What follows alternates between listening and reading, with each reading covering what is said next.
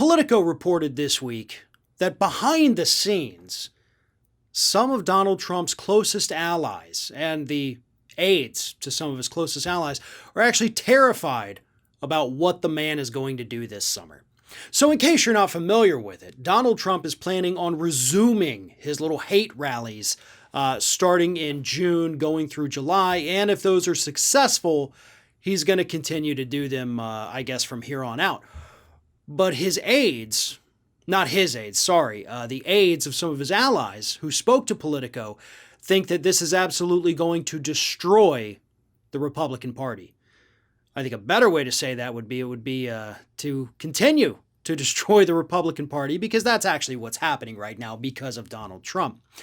But it is interesting to see, because obviously we do have all of these Republicans publicly admiring Donald Trump, pledging their loyalty to Donald Trump, throwing the party away publicly to support Donald Trump. But behind the scenes, clearly, they're not all on board.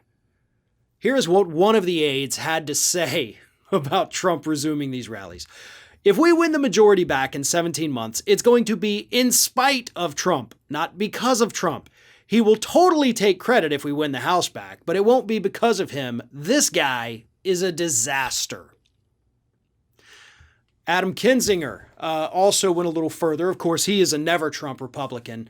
But Kinzinger said that what is likely to happen is Trump's going to go back out there. He's going to start doing these rallies. His base is going to get all riled up and they're going to love what he has to say. But the rest of the country is going to get sick of it pretty quick. And he's right. I mean, the rest of the country already was pretty sick of it. So what he is afraid of is Trump fatigue. That average, everyday, non-Trump loving voters are going to see this guy back out there and they're going to get sick and tired of it.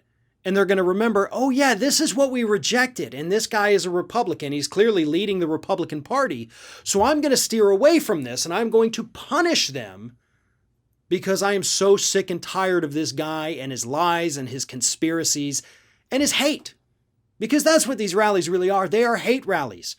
Trump's going to go out there and he's going to spend probably 90% of the time talking about his big lie, claiming the election was stolen even though it clearly wasn't. And then the remaining 10% of the time, he's going to attack the media. He's going to attack Joe Biden. He's going to call him Sleepy Joe, insinuate that he's not all there. He's going to go after Kamala Harris with a vengeance. And his base is going to eat it up. But I have a feeling these rallies are not going to do what Donald Trump thinks they're going to do.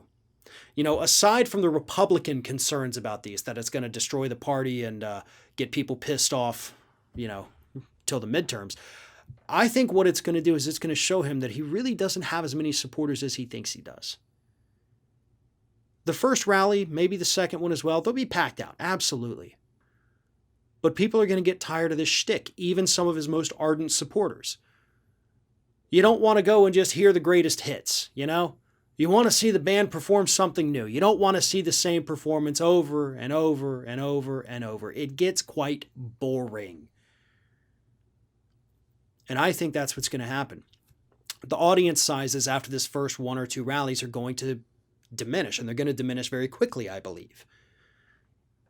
And that is going to hurt Trump's ego. Because he's going to realize at that point he is not as loved as he thinks he is. Right? This isn't an election year. You're not going to be able to draw the kinds of crowds that you did heading into the 2020 election. That's just simple. People aren't paying as much attention anymore, and it's not going to happen.